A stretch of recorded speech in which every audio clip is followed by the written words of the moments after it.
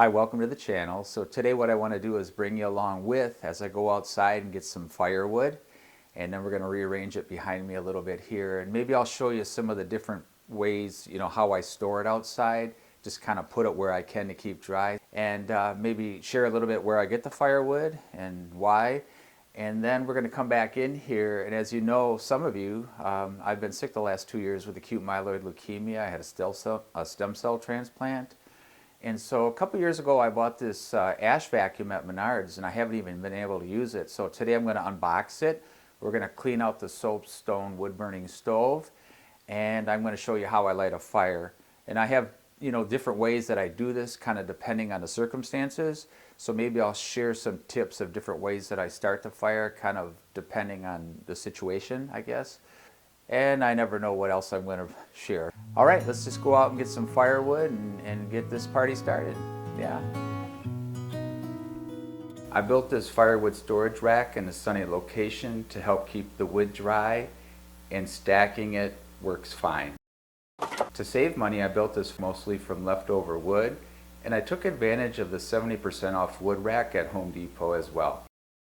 I used to burn whatever free wood I could find, whether I'd find it alongside the road or friends would give it to me. Over the years, I've learned to just burn seasoned hardwood. I prefer oak. Oak burns hotter, longer, leaves less ash, and less creosote. To save money on firewood, I keep my eye on Facebook Marketplace throughout the summer until I find a good price. I drove 30 miles, paid $120 to fill my truck bed and my 4x8 utility trailer, and it's all seasoned wood, mostly oak. For my area, that's an exceptional price. This clip is just to give you some perspective of where I keep firewood in our backyard. We're in the city, and you can see the pool takes up quite a bit of our backyard.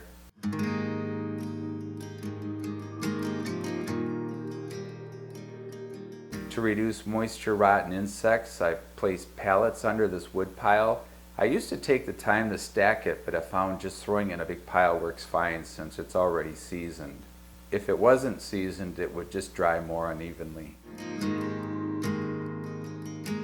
I always like to keep some extra firewood on hand. I never like to burn it all, just sort of from a prepping perspective.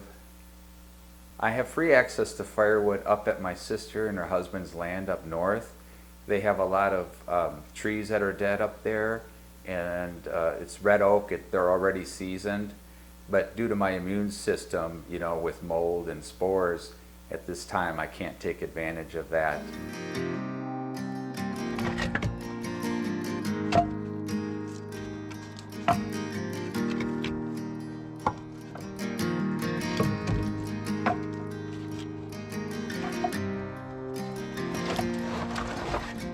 I also have a couple places in the front yard where I keep firewood, and I'll show you that a little later. So I think what we're going to do now is we're going to go ahead and clean the ash out of the wood burning stove, and I'm just going to use a scoop and the traditional bucket method to get out as much as I can. Then after that, we're going to do an unboxing of the ash vacuum, and then the residual amounts that are left in there is kind of what you use the ash vacuum for. Oh, one thing I want to mention is I have the side door, which is an absolute, I love it, I recommend it, because if I do this procedure by the side door, I'm going to have a lot less spillage of ash. But I'm going to go ahead and open up the front door just so you guys can see it. And normally what I would do is, and I think what I'll do is with a glove, I'll just kind of move some of the ash away from the door, so I try to get less spill when I open the front door. But again, the side door, man, that's the way to go. All right, I'm just going to get on some welding gloves. And yeah.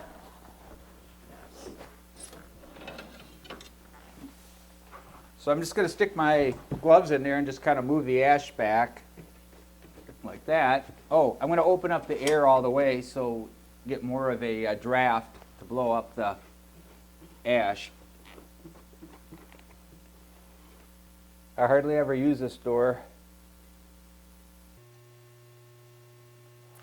What I'm going to do is, because I had a stem cell transplant, my immune system isn't still up to par totally, I'm going to put on an N95 mask. Actually, it probably wouldn't be a bad idea to mask up when you do this anyhow.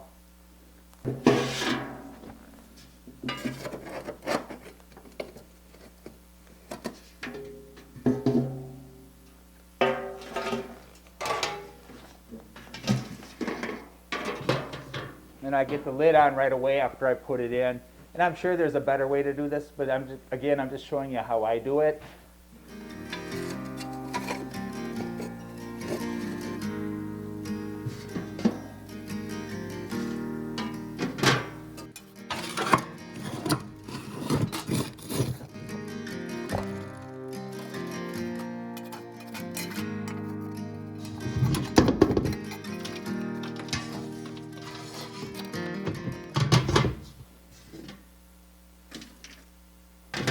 I used to have a wider scooper, but it broke. So a wider scooper is better. And they have the type, I forgot what it's called, but it's like a scooper with a cover, kind of like when you clean up after your pet outside, and it scoops it and then shuts it. They sell those also for the wood burning stove. All right, so I've got at least an ash cover left in there of 1 inch. So you want to leave some ash at the bottom.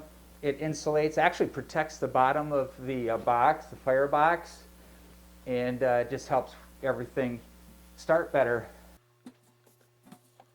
We'll just move this here.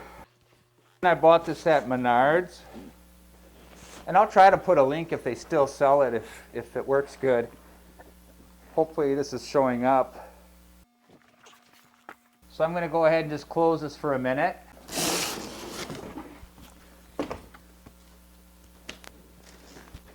Those latches are on super tight. Oh, here's the handle. We'll take a look and see what it looks like inside. Accessories.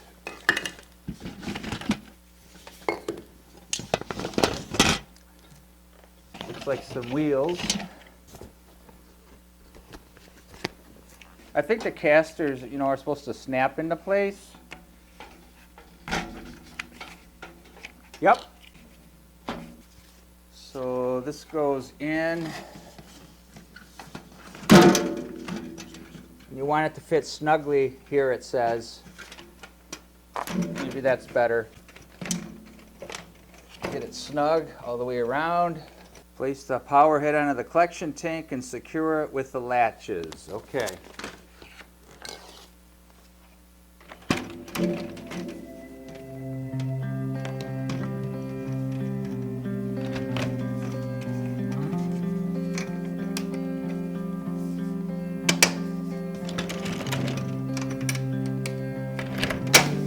Say it's this end. We'll find out.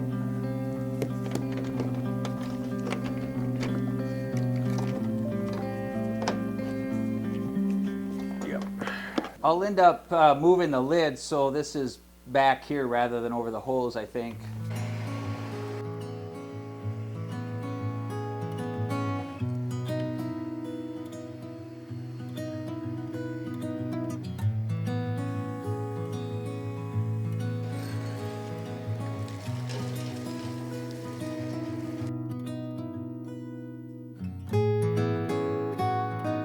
It's getting pretty warm in here. So I think what we'll do is just kind of clean up a little bit, and then I'm going to move the wood over to this side on top of the other wood.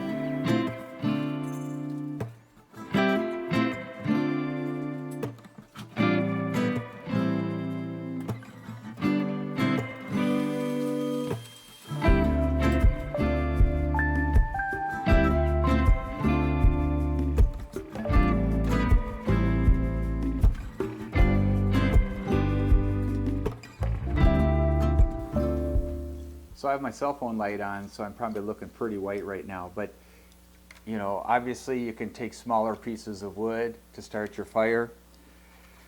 I like using these. This is from Culver's, a drink tray or a bag.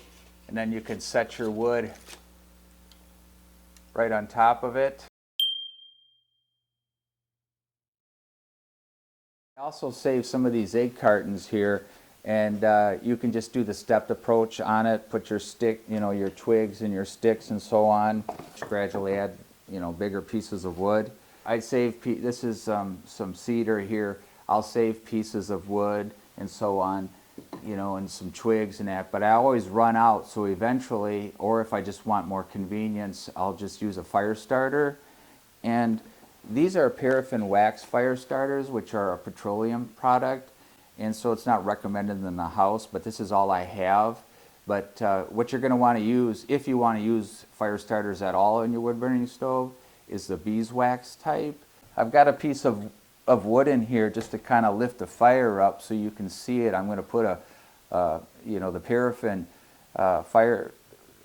wax fire starter right here. But keep in mind that that would normally be beeswax. The paraffin, petroleum's not really good for you, obviously. Plus, it smells up the house. But the beeswax fire starters are nice too, camping, because they're waterproof. So I'm going to go ahead, and I bought these new ones on Amazon. I couldn't find the beeswax cup type ones, so I bought these. I'm going to open it in the stove. It looks like it's kind of messy. You can see it there.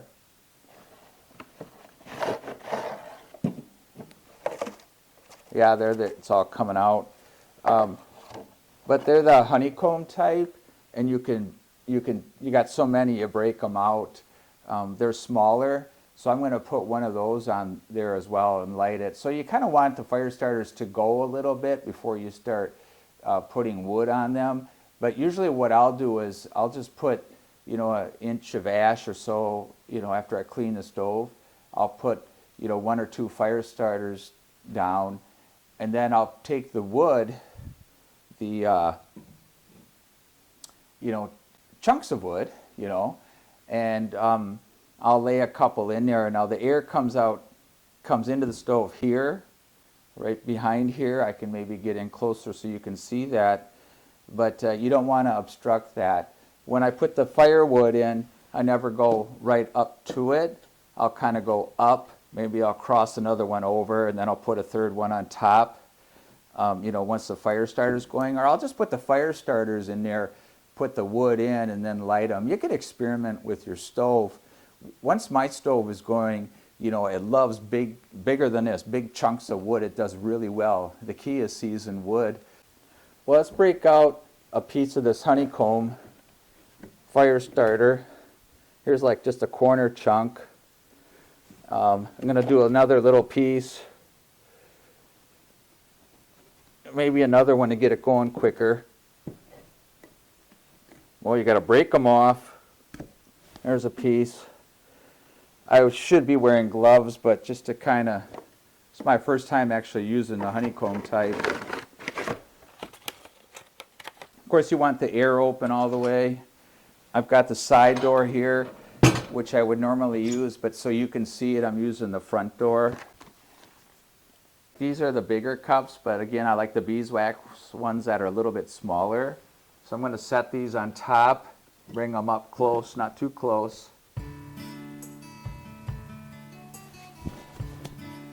And then I'll just use a match or one of these guys here and light it.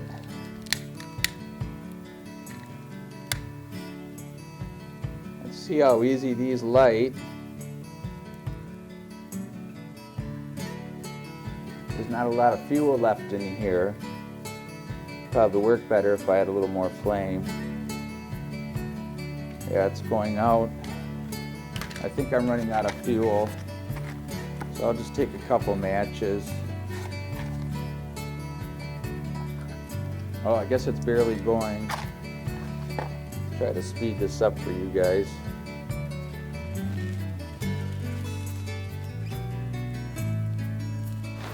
All right, that's going.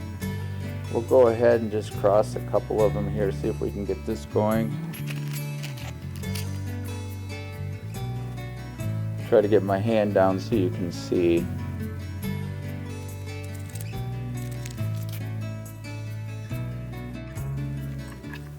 Get them in there so you can see them.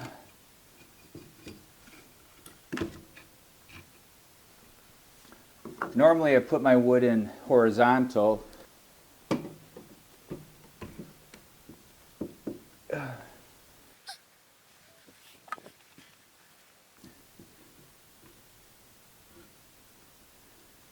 Obviously there's a better way I can stack it, but I want you to be able to see it.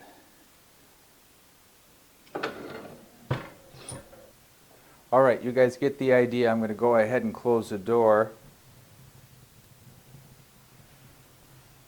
Normally normally it would be just partially open. There, now it's getting a real good draft. So I also keep some firewood up here for decoration by the front door. And Michelle will put some Christmas, or those, what do you call them, fairy lights on them. And so that'll look real pretty for the Christmas season. And then usually around the end of February, beginning of March, I'll burn it. And also, since I recently put a roof over this trash can enclosure area, I started putting some firewood here as well. If I want, I can always just take the trash cans out and load this up with wood. But I don't like too much wood too close to the house because of ants and critters and mice coming in the house. I don't want any of that. In fact, what I do every fall is I set a mouse trap in the garage and I set one in the basement just to see if I get anything. And so far so good. I haven't been. I guess once or twice I got one in the garage. So the 6-gallon Vacmaster ash vacuum, you can get it today at Menards. After the 11% rebate, it's $62.29, I believe. And is it worth it? Yes, as long as you realize that it vacuums ash. It won't do, chunks of wood. Tiny ones it'll do, but if you start getting pieces of unburned, wood in there, it's not going to suck it up. We have a used shark vacuum.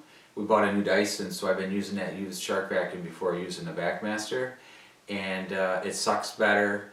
It will get the chunks, a little less smell in the room. It's got like a HEPA filter. Honestly, it sounds strange, but if I really was to give a recommendation, if you have an older vacuum, it's almost better to use that. But if you need to buy something and you realize that it's just for ash, it has limitations, then yes, it's worth it because you're going to need something.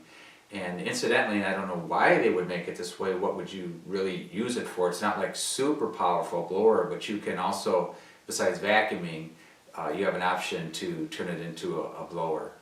And I do love the light that's on it. That really does come in handy. And if you found value in this video, please consider subscribing, giving us a like. It helps us in the algorithm. And our channel is about home improvement, DIYs, things we're doing with our land. We have 10 acres of wooded land up in northern Wisconsin. We have a travel trailer that we've remodeled.